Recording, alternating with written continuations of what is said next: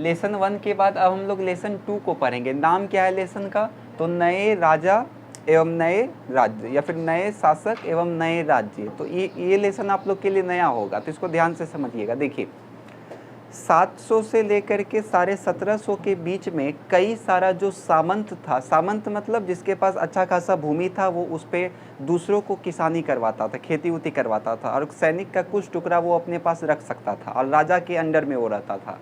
तो कुछ सामंत और कुछ बड़े बड़े जो भूस्वामी थे, वो राजा का अधीनस्थता को अस्वीकार करके स्वयं का वंश को स्थापित किया। हम क्या बोल रहे, ध्यान से समझिएगा।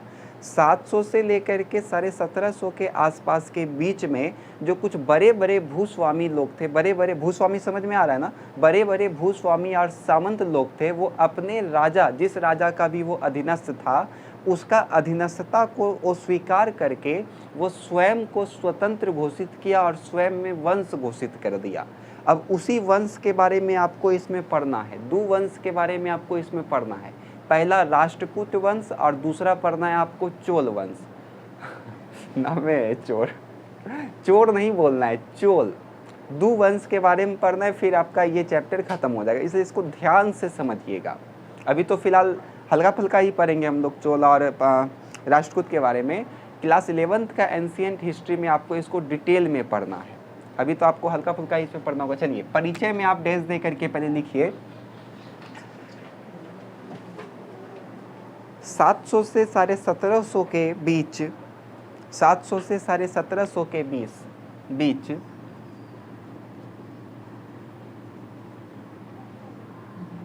बड़े बड़े भूस्वामियों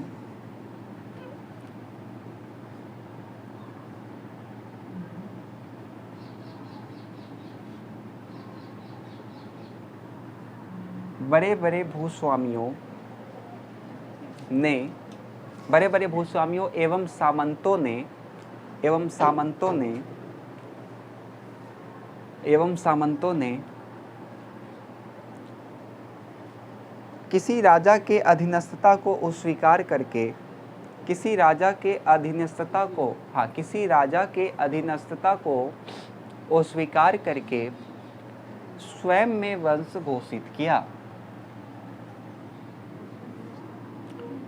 स्वयं में वंश घोषित किया। किसी राजा के अधीनस्थता को अस्वीकार करके स्वयं में वंश घोषित किया। अगला लिखिए राष्ट्रकूट वंश।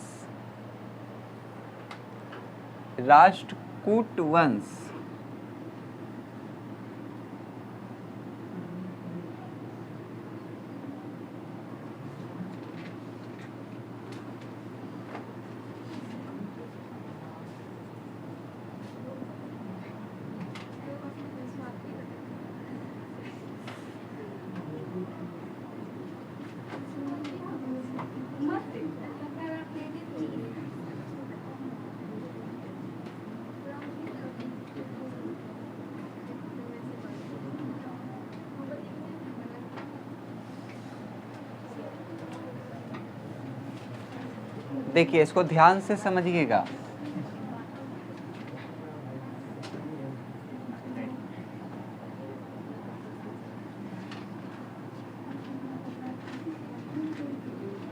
कोशिश करिएगा कि क्लास में ही आपको सारा टॉपिक याद हो जाएगा, अब नहीं करना है। राष्ट्रकूट वंश क्या था? तो आपको पता है कि इस समय कई सारे जो बड़े बड़े भूस्वामी और सामंत लोग थे, वो किसी राजा के अधीनस्थता को क्या कर दिया, अस्वीकार कर दिया, और वो स्वयं में ही क्या किया, अपना अपना वंश को घोषित किया। उसी वंश में से एक वंश था राष्ट्रकूट वंश। तो ये राष्ट्रकूट वंश पहले किस के अधीन था? तो आपको याद रखना है कि चालुक्य वंश के ये अधीन था। पहले पढ़ चुके हैं आप चालुक्य वंश के बारे में, चालुक्य, पांड्य, फिर चेर, ये सब के बारे में थोड़ा थोड़ा 6th क्लास में आप लोग पढ़े हैं। तो जो राष्ट्रकूट वंश था वो पहले किसके अधीन था? तो चालुक्य वंश के अधीन में था। और ये चालुक्य वंश के उस समय शासक थे कीर्तिवामन द्वितीय। तो कीर्तिवामन द्वितीय के दरबार में रहता था, उसके अधीनस्थ में था दंती दुर्ग। नाम आपको पहली बार सुना लग रहा होगा, इसलिए जब भी हम कोई नया नाम बोले तो आपको मन में कम से कम उसको 4 से 5 बार रिपीट कर लेना है। इससे क्या होगा आपको आगे जा करके दिक्कत नहीं होगा। क्या बोले हम? राष्ट्रकूट वंश का स्थापना जो है वो दंती दुर्ग ने किया था। इन्होंने चालुक्य वंश का कीर्ति वामन द्वितीय का अधीनस्थता को अस्वीकार किया, उनको पराजित किया और स्वयं का वंश राष्ट्रकूट वंश का स्थापना किया और अपना राजधानी मनकिर या फिर मान्यखेत को रखा। बस यहाँ तक समझ में आया? क्या बोले हम? तो इन्होंने समाप्त किसको किया था? तो चालुक्य वंश को, ये याद रखिएगा। राष्ट्रकूट वंश का स्थापना दंती दुर्ग, नाम याद रखना काफ़ी आसान है, दंती दुर्ग, दंती दुर्ग, दंती याद रहेगा ना, दुर्ग, दंती दुर्ग, नाम याद रह गया, दंती दुर्ग। अब चालुक्य वंश का राजा उस समय था कीर्ति वामन द्वितीय, कीर्ति उसके बाद वामन, कीर्ति वामन, कीर्ति वामन द्वितीय, याद रहेगा। कीर्ति वामन द्वितीय को इसने क्या कर दिया? हरा दिया और अपना साम्राज्य राष्ट्रकूट का स्थापना किया और उसने अपना राजधानी को कहाँ ला दिया? तो या तो आप बोल सकते हैं मनखीर, या तो आप बोलना है आपको मनकीर, बोलते ना मन का खीर, मन में है खीर खाने का, तो मनखीर, या फिर आप बोल सकते हैं मान्यखेत, वो आपका इच्छा है। बस नाम याद रहा, 2-3 को तो नाम ही याद रखना है आपको। पहला दंती दुर्ग, उसके बाद आपको क्या रखना है? कीर्ति वामन द्वितीय और मनखीर। ये 3 नाम अगर आपको याद होगा तो आप पूरा सेंटेंस बोल दीजिएगा। तो कैसे बोलेंगे? तो राष्ट्रकूट वंश का स्थापना, राष्ट्रकूट वंश का स्थापना दंती दुर्ग ने किया था। इन्होंने चालुक्य वंश के कीर्ति वामन द्वितीय को पराजित करके राष्ट्रकूट वंश का स्थापना किया और इन्होंने अपना राजधानी मनकिर या मान्यखेत को बनाया। सिंपल है, समझ में आया? इस वंश के कुछ प्रमुख शासक हुए, उस शासक के बारे में आपको नाम याद रखना है। कृष्ण प्रथम, ध्रुव, गोविंद द्वितीय, अमोधवर्ष, कृष्ण द्वितीय, इंद्र तृतीय, कृष्ण तृतीय। ये सब राजा के बारे में आपको पढ़ना है 11th का NCERT में। तो लेकिन आप थोड़ा थोड़ा इसका जानकारी लीजिए। नाम कैसे याद रहेगा? कृष्ण तो सबको याद रह गया, कृष्ण सबको याद रह गया। कृष्ण के बाद आपको याद रखना है ध्रुव, कृष्ण के बाद आपको याद रखना है ध्रुव। कृष्ण जी का ही एक नाम है गोविंद, तो गोविंद द्वितीय, पहला यहाँ तो दूसरा यहाँ, गोविंद द्वितीय। 3 नाम आपको याद हो गया होगा। कृष्ण ध्रुव गोविंद द्वितीय, कृष्ण ध्रुव गोविंद द्वितीय, कृष्ण ध्रुव गोविंद द्वितीय। बोलिए तब याद होगा, कृष्ण ध्रुव गोविंद द्वितीय, कृष्ण ध्रुव गोविंद द्वितीय, हो गया। फिर चौथा आपको बोलना है अमोधवर्ष, अमोधवर्ष, अमोधवर्ष। एक पिछला याद कर लीजिए, अमोधवर्ष, बाकी सब इजी है। कृष्ण द्वितीय, खत्म। बात समझ में आया? कृष्ण द्वितीय, इंद्र तृतीय और कृष्ण तृतीय, खत्म हो जाएगा। समझ में आया यहाँ तक में? किसी को दिक्कत है? अब एक बात को आपको ध्यान में रखना है, क्या? तो जो कृष्ण प्रथम था उसने महाराष्ट्र में कई सारा गुफाओं का निर्माण करवाया। कृष्ण प्रथम जो था उसने महाराष्ट्र के एलोरा गुफा आप लोग सुने होंगे, तो वहाँ पे कई सारा गुफाओं का निर्माण करवाया। लगभग 34 गुफा का इसने निर्माण करवाया था। 1 से लेकर के 12 तक का गुफा में हमको बौद्ध धर्म का मूर्ति मिलता है। 13 से लेकर के 29 तक में हमको हिंदू धर्म से संबंधित मूर्ति मिलता है और 30 से लेकर के 34 में हमको जैन धर्म का मूर्ति मिलता है। ये बहुत इंपॉर्टेंट है, याद रखिएगा। हम क्या बोले?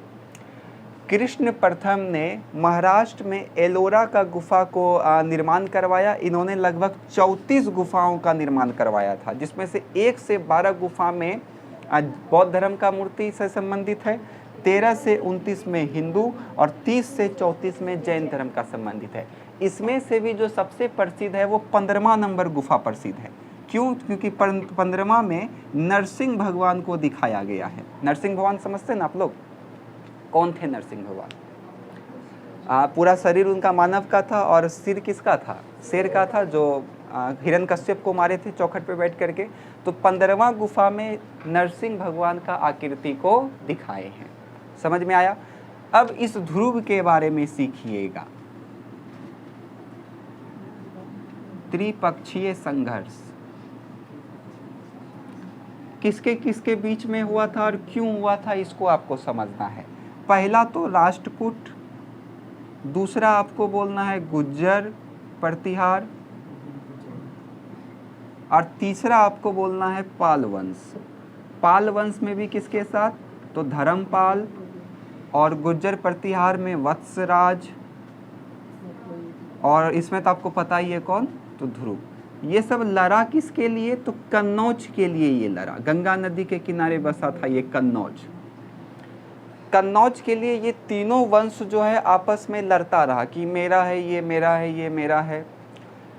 क्यों, क्योंकि कन्नौज गंगा नदी के किनारे बसा था, और आपको पता है कि वह भूमि जो नदी के किनारे बसा होगा वो उपजाऊ तो होगा ही, तो ये काफ़ी ज़्यादा उपजाऊ होता था, इसलिए तीनों आपस में लड़ते रहता था कि ये हमारे साम्राज्य में, ये हमारे साम्राज्य में। और इसी लड़ाई को हम लोग किस नाम से जानते हैं, तो त्रिपक्षीय संघर्ष के नाम से जानते हैं, क्योंकि 1 2 3, अब 3 का क्या हो गया, त्रि हो गया, संघर्ष हुआ तो त्रिपक्षीय संघर्ष कहलाया ही। बात समझ में आया। तो इसमें किसी को दिक्कत है यहाँ तक में, क्योंकि अब हम लोग राष्ट्रकूट वंश का समाप्ति पे हैं। तो राष्ट्रकूट वंश में सबसे पहले आप लिखिएगा, राष्ट्रकूट वंश का स्थापना दंती दुर्ग ने किया था। इन्होंने चालुक्य वंश के कीर्तिवामन द्वितीय को पराजित करके राष्ट्रकूट वंश का स्थापना किया।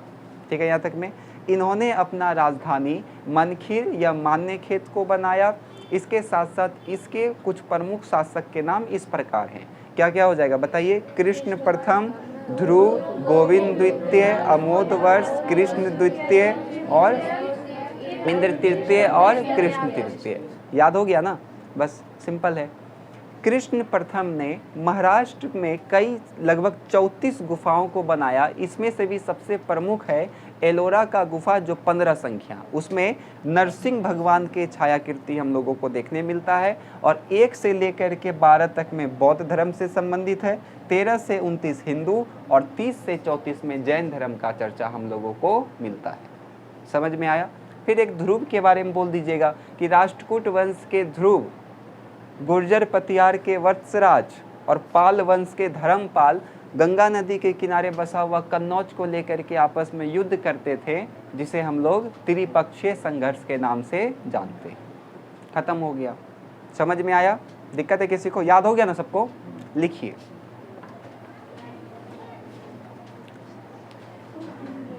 राष्ट्रकूट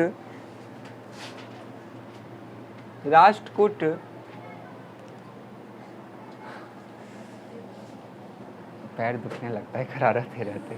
राष्ट्रकूट वंश का स्थापना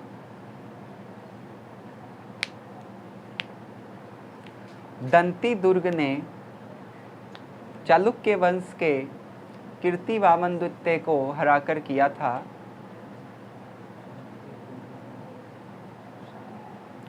राष्ट्रकूट वंश का स्थापना दंती दुर्ग ने चालुक्य वंश के कीर्तिवामन द्वितीय को हराकर किया था।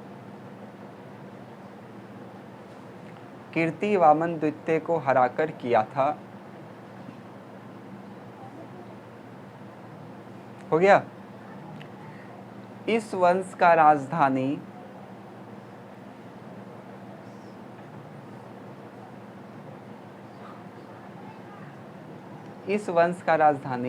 मनखीर, हाँ मनकीर वही तो बोल रहे हैं, मनकीर। खीर वो तो खीर याद करने के लिए बोल देते हैं। मनकीर या मान्य खेत था,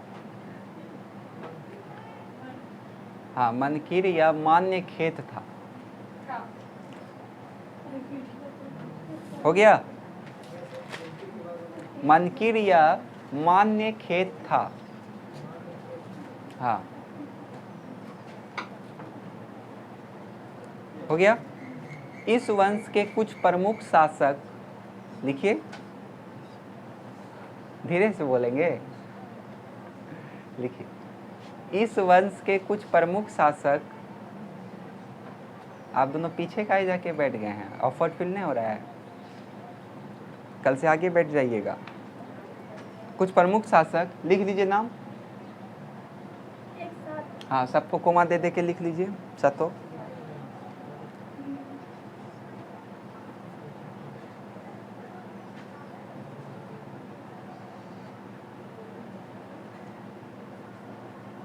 कोमा दे के सारा लिखिए।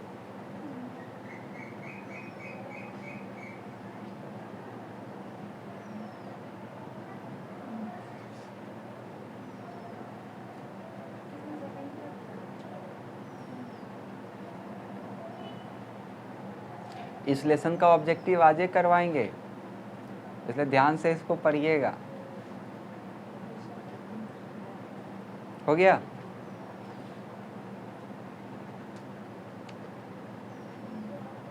चलिए अब पैराग्राफ चेंज कर दीजिए। कृष्ण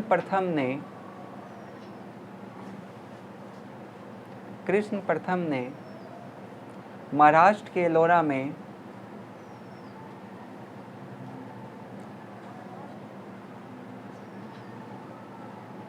लगभग 34 गुफाओं का निर्माण करवाया था। लगभग 34 गुफाओं का निर्माण करवाया था।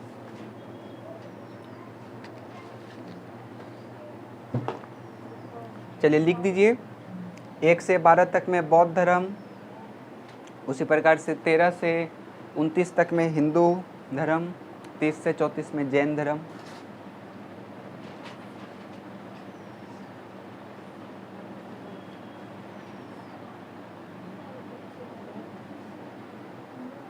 हो गया? चलिए अगला लिखिए। हाथ थोड़ा स्पीड चलाइए, ना तो दिसंबर तक में खत्म हो पाएगा, 12 तक।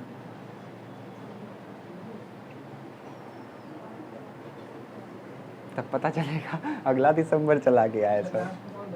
हैं? जैन धर्म। अब त्रिपक्षीय संघर्ष लिख करके डैश दीजिए।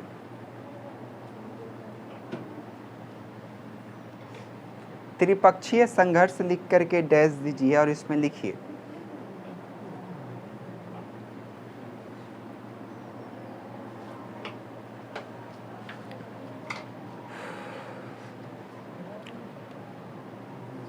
गंगा नदी के किनारे बसा कन्नौज, लिखिए डैश दे करके। गंगा नदी के किनारे बसा कन्नौज के लिए, गंगा नदी के किनारे बसा कन्नौज के लिए राष्ट्रकूट वंश के ध्रुव, राष्ट्रकूट वंश के ध्रुव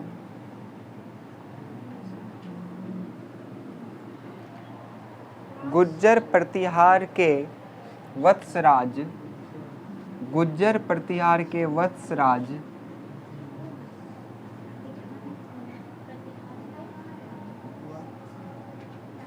गुज्जर प्रतिहार के वत्सराज एवं पाल वंश के धर्मपाल, एवं पाल वंश के धर्मपाल,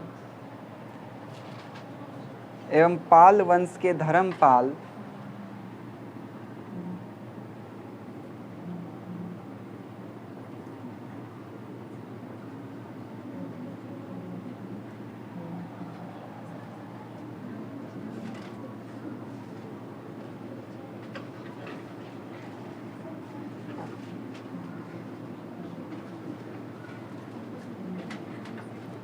लिखे पाल वंश के धर्मपाल के बीच संघर्ष हुआ, जिसे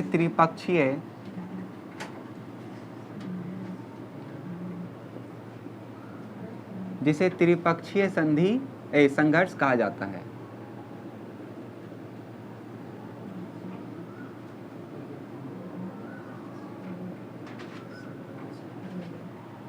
जिसे त्रिपक्षीय संधि कहा जाता है, संघर्ष कहा जाता है।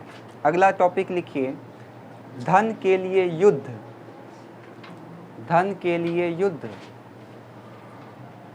जिनका छूट जाता है वो अगला टॉपिक लिखा करिए, जो छूट गया है कॉपी से लिख लीजिएगा किसी का। धन के लिए युद्ध में ध्यान से समझिएगा। देखिए पहले तो बैंक होता नहीं था, अब ना बैंक होने लगा, तो अब क्या लुटाता है? मंदिर लुटाता है या बैंक लुटाता है? बैंक लुटाता है, क्योंकि बैंक में क्या है? पैसा है। क्या वो बैंक का आदमी लूटने के लिए जाता है क्या, कि चलो मेरे कन एक आदमी का कमी है, आप चलिए मेरे कन? ऐसा तो नहीं होता है। वो वहाँ लूटने के लिए क्या जाता है? पैसा को लूटने के लिए जाता है। उसको बैंक से कुछ मतलब है क्या? नहीं। वहाँ जो पैसा रखा हुआ है वो उसको लूटने के लिए जाता है, चोर सब। तो उसी प्रकार से प्राचीन काल में जो धन का मुख्य केंद्र होता था वो मंदिर होता था। मंदिर को एकदम खूब साजो सज्जा के साथ सजाया जाता था। जितना धन होता था सब वहीं पे संरक्षित रखा जाता था। मूर्ति में सोना चांदी का हार वार सब चढ़ाया जाता था। धन उनसे एकदम लबालब रहता था वहाँ पे मंदिर में। और यहीं पे कई सारा शिल्प कला भी होता था। शिल्प का केंद्र था ये मंदिर। तो मंदिर को लूटने के लिए कई सारा विदेशी भारत की ओर बढ़ा। उसी में से एक प्रमुख नाम है सुल्तान महमूद। कहीं कहीं पे आपको ये दिख जाएगा महमूद गजनवी, कहीं कहीं पे इसका नाम आपको दिख जाएगा महमूद गजनवी, और कहीं कहीं पे लिखा रहता है सुल्तान महमूद। कहीं कहीं पे क्या एनसीईआरटी में आपको दिखेगा महमूद, और बाकी अदर पब्लिकेशन में आप देखिएगा तो आपको दिख जाएगा महमूद गजनवी। ठीक है, तो इन्होंने 1050 में मंदिर को लूटने का कार्य प्रारंभ किया था। उसी में से एक जगह पे ये आता है सोमनाथ मंदिर में। कहाँ पे ये आ गया?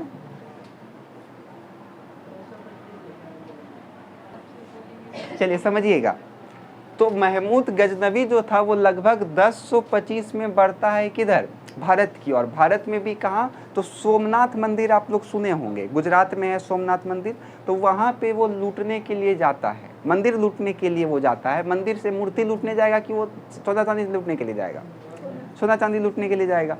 तो सोमनाथ मंदिर वो गया, लूटपाट किया, और लूटपाट करेगा तो तोड़ फाड़ तो करवे न करेगा। तो इधर उधर भी तोड़ा उड़ा, कई सारा मंदिर को ये तोड़ करके सारा धन उठा करके सारा लेके चला गया। और यहाँ के लोगों के बारे में जानने के लिए इसने एक विद्वान को छोड़ दिया, उसका नाम था अल बरूनी। और अल बरूनी ने ही एक किताब लिखा, उसका नाम था अल हिंद। अब यहाँ पे हिंद आ गया तो आप समझ ही रहे हैं कि हिंदुस्तान, और हिंदुस्तान तो समझ में आ रहा है ना। तो अल हिंद नामक पुस्तक किसने लिखा? अल बरूनी। ठीक है, यहाँ तक में क्या बोले एक बार फिर से समझ लीजिएगा। धन के लिए युद्ध। तो तत्कालीन समय में जो धन का मुख्य केंद्र होता था वो मंदिर होता था। मंदिर में बहुत ज़्यादा धन होता था, वहाँ सोना चांदी एकदम भरमार होता था। इसी को देखते हुए कई सारे लुटेरे भी आते थे। इसी के तहत अफगानिस्तान का गजनी का सुल्तान महमूद भारत की ओर बढ़ता है, हिंदुस्तान की ओर बढ़ता है, और वो गुजरात का सोम मंदिर पहुंच करके उस मंदिर को लूटपाट करता है, तोड़फोड़ करता है। ठीक है, और भारत के लोगों, हिंदुस्तान के लोगों को जानने के लिए अल-बरूनी नामक विद्वान को छोड़ता है, और अल-बरूनी सब कुछ जान करके एक किताब लिखता है जिसका नाम क्या है? अल हिंद। समझ में आया? लिखिए, डैश दे करके लिखिए।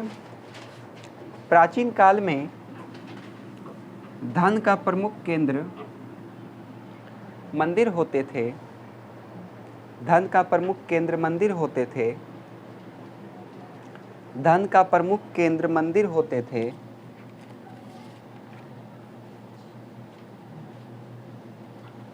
धन का प्रमुख केंद्र मंदिर होते थे, जहाँ, या फिर ऐसे लिखिए, जो शिल्प का भी केंद्र था।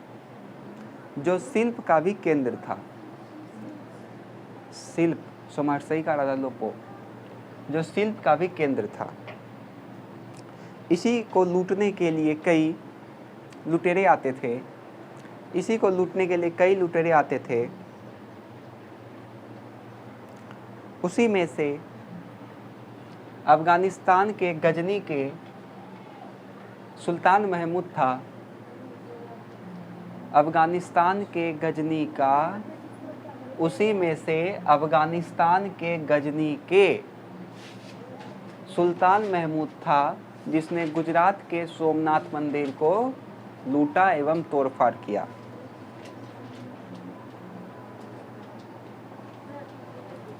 अफगानिस्तान के गजनी के सुल्तान महमूद था, जिसने गुजरात के सोमनाथ मंदिर को लूटा एवं तोड़फोड़ किया।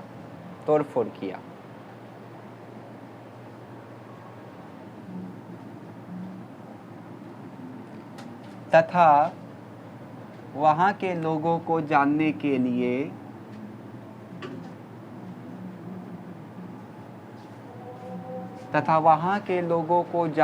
लिए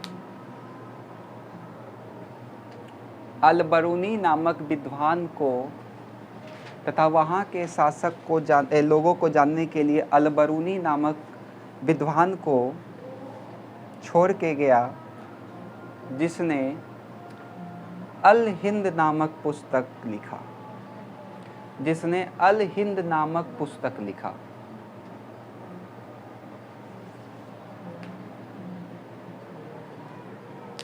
चलिए अब अगला लिखिए, चोल वंश। लिख करके डैश दीजिए। चोल वंश लिख करके डैश दीजिए। ये अंतिम है, इसके बाद आपका लेसन 2 खत्म हो जाएगा चोल वंश के बाद। ध्यान से इसको समझिएगा। आपको पता है कि राष्ट्रकूट ने किसको हराया था? चालुक्य को। तो उसी प्रकार से जो विजयालय था उसने हराया था पल्लव को। विजयालय ने पल्लव वंश के शासकों को हराया और अपना वंश का स्थापना किया, जिसका राजधानी इसने किसको बनाया? तो तंजौर को बनाया। ठीक है, यहाँ तक में। जिस प्रकार से राष्ट्रकूट ने चालुक्य को हरा करके अपना वंश को स्थापित किया, उसी प्रकार से जो चोल वंश के शासक थे विजयालय, इन्होंने पल्लव वंश के शासकों को हरा करके अपना राजधानी तंजौर स्थानांतरित किया या तंजौर को बनाया। ठीक है, इसके कुछ प्रमुख शासक निम्नलिखित थे। कौन कौन इसके शासक थे? तो सबसे पहले आप समझ लीजिए राज प्रथम। और दूसरा अगर हम बात करें तो हो जाएगा आपका राजेंद्र प्रथम। नाम तो इजी रहेगा, राज और दूसरा क्या है? राजेंद्र। आसान नाम है। तो इसी दोनों के बारे में आपको पढ़ना है। देखिए, जो राजेंद्र प्रथम था उसने अपना साम्राज्य को काफ़ी ज़्यादा विस्तार किया, काफ़ी शक्तिशाली शासक था। ये साम्राज्य विस्तार करने में सबसे समुद्री इलाका में जा करके भी ये साम्राज्य को विस्तार करता था। श्रीलंका तक ये पहुंच गया था। तो उस समय श्रीलंका तक पहुंचना कोई मामूली बात नहीं था। तो कैसे पहुंचेगा श्रीलंका? तैर के तो नहीं पहुंचेगा, उतना बड़ा समुद्र है। यानी कि इसके पास जल सेना भी था।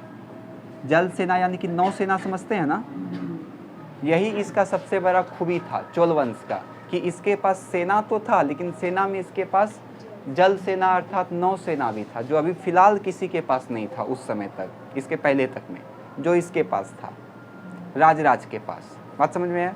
और राजेंद्र प्रथम जो था ये तो और अच्छा शासक था, बहुत शक्तिशाली था। इसने पूरा का पूरा श्रीलंका को ही जीत लिया था, श्रीलंका पे अपना कब्जा प्राप्त कर लिया था इसी नौसेना के बदौलत। और इन दोनों ने ही मंदिर का निर्माण करवाया था। इसने किसका मंदिर का निर्माण करवाया? तो याद रखना, तो याद रहेगा, तो याद रहेगा। उसके बाद जावुर, तजावुर, ऐसे आप पढ़ेगा, आपको याद नहीं होगा तजावुर। दूसरा नाम तो और भयंकर है, गंग, याद रहेगा, गंग ई कोड, उसके बाद चोलपुरम। अब पूरा इसको साथ में बोलिए, गंग ई कोड चोलपुरम, गंग ई कोड चोलपुरम, गंग ई कोड चोलपुरम। तो तोड़ के आपको इसको पढ़ना है तो आपको याद हो जाएगा। बात समझे? गंग ई कोड चोलपुरम। 2 मंदिर का निर्माण विशेष करवाया तो ढेरी मंदिर का निर्माण था, लेकिन ये कुछ प्रमुख मंदिर था जिसमें से गंग ई कोड चोलपुरम और तजावुर था। बात समझ में आया? हो जाएगा। इसका प्रशासन किस प्रकार से चलता था उसको भी समझ ही लीजिए, एक ही बार में खत्म हो जाएगा। देखिए, प्रशासन जो इसका चलता था वो ग्रामीण स्तर पे चलता था। इसका सबसे बड़ा खूबी यही था, प्रशासन जो इसका चलता था वो ग्रामीण स्तर पे चलता था। गांव का बस्ती, जिसको हम लोग उस समय कहते थे उर, कौवा उर, मैना उर, तो वही वाला उर कहा जाता था। और जब उसी ग्रामीण वस्तुओं को बस्ती को समूह बना दिया जाता था आपस में, तब उसको कहा जाता था नाडू। गांव के समूह को क्या कहा जाता था? नाडू। और इसी से नाम निकला है तमिलनाडु। तमिल मतलब जो भाषा हो गया तमिल, नाडु मतलब गांव, मतलब तमिल बोलने वालों का गांवों का समूह, ये नाम हो जाएगा इसका मतलब।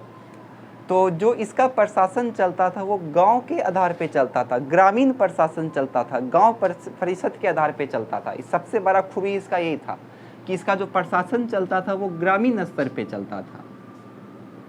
यह ग्राम प्रशासन यहाँ पे बहुत ज़्यादा प्रसिद्ध था। और इस बात का चर्चा हमको कहाँ मिलता है? तो तमिलनाडु में ही एक अभिलेख प्राप्त हुआ है, उत्तर मेरूर। इसी से हम लोगों को इस बारे में चर्चा मिलता है। समझ में आया? एक बार हम लोग जल्दी से इसको रिकैप कर लेते हैं। क्या बोलना है आपको इसमें? चोल वंश का संस्थापक विजयालय था, जिन्होंने पल्लव वंश को समाप्त करके चोल वंश का स्थापना किया और इन्होंने अपना राजधानी तंजौर को बनाया।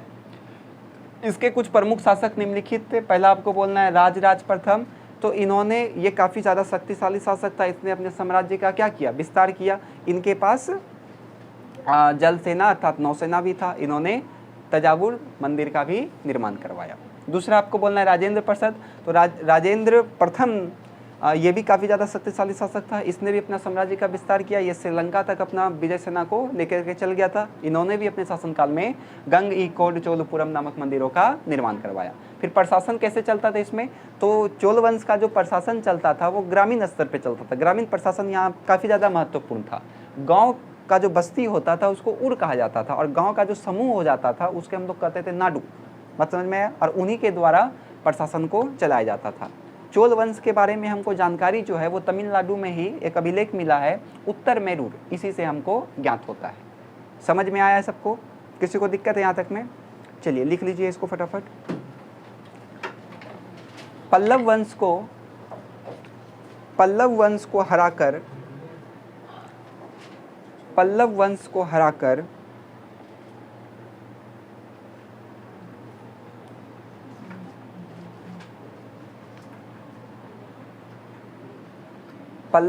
को हराकर विजयायन ने चोल वंश का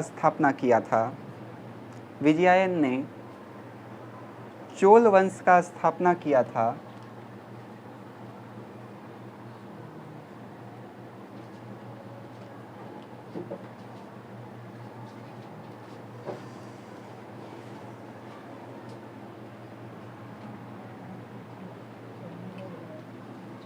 इसका राजधानी तंजौर था।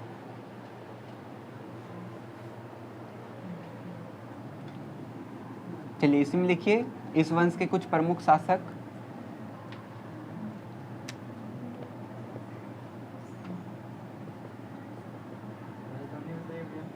इसका राजधानी तंजौर था।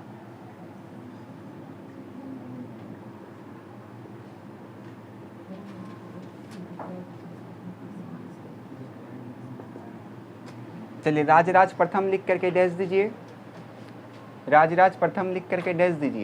ये काफी शक्तिशाली शासक था।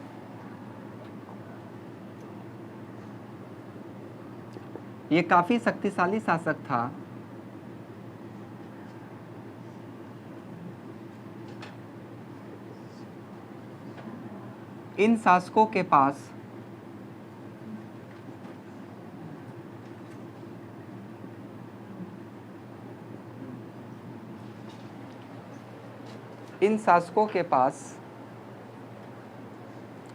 नौसेना भी थी।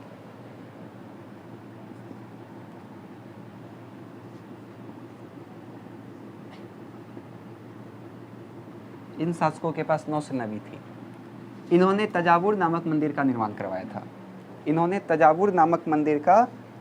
करवाया था।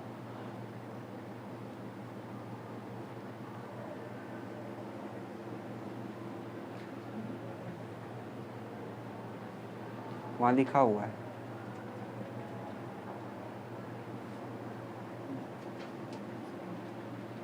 हो गया। दूसरा लिखिए राजेंद्र प्रथम। चोल वंश का ये भी काफी शक्तिशाली शासक था।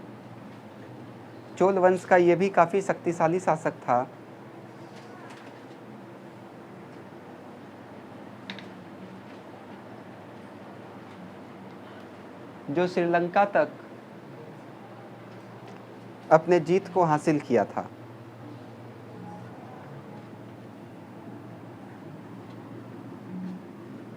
इन्होंने गंगईकोट चोलपुरम नामक मंदिर का भी निर्माण करवाया था। हाँ, जितनी जीत हासिल किया था इन्होंने गंगईकोट चोलपुरम नामक मंदिर का भी निर्माण करवाया था।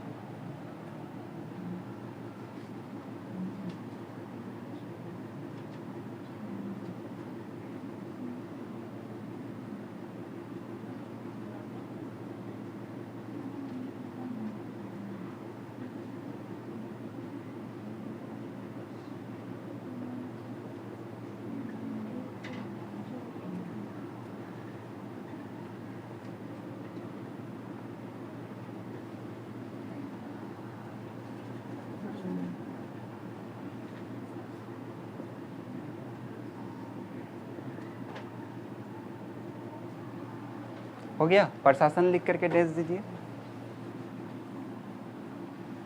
प्रशासन लिख करके डैश दीजिए। इसमें लिखिए चोल वंश का प्रशासन का मुख्य व्यवस्था ग्राम प्रशासन था, ग्राम प्रशासन था। चोल वंश के प्रशासन का मुख्य व्यवस्था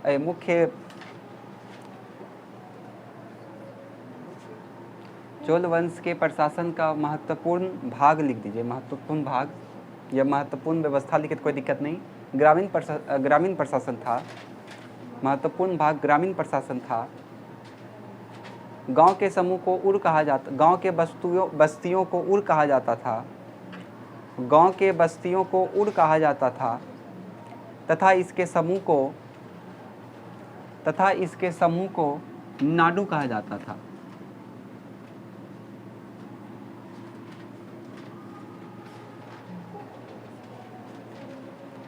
नाडू कहा जाता था। हाँ, इनके बस्तियों को नाडू कहा जाता था। स्टार दे करके लिख लीजिए। इस वंश का जानकारी उत्तर प्रदेश तमिलनाडु के उत्तर मैरूर के अभिलेख से प्राप्त होता है। बस्तियों को नाडू कहा जाता था। स्टार दे करके लिखिए इस वंश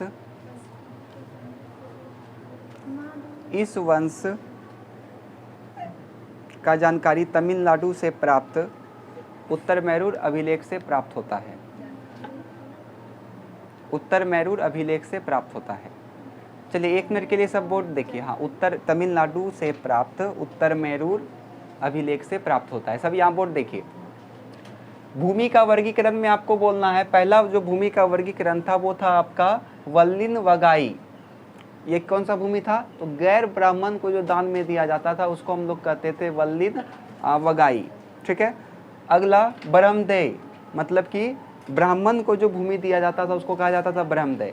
शाला भोग, मतलब कि विद्यालय के लिए जो भूमि दिया जाता था उसको कहा जाता था शाला भोग। देवदान, मतलब मंदिर के लिए जो भूमि दिया जाता था उसको कहा जाता था देवदान। पल्लिम चन्मन, जो जैन धर्म से संबंधित भूमि को दान किया जाता था उसे हम लोग क्या बोलते थे? पल्लिम चन्मन। बात समझ में आया? यहाँ पे आपका लेसन 2 खत्म हो गया है। कुछ क्वेश्चन हम लोग इसका कर लेते हैं।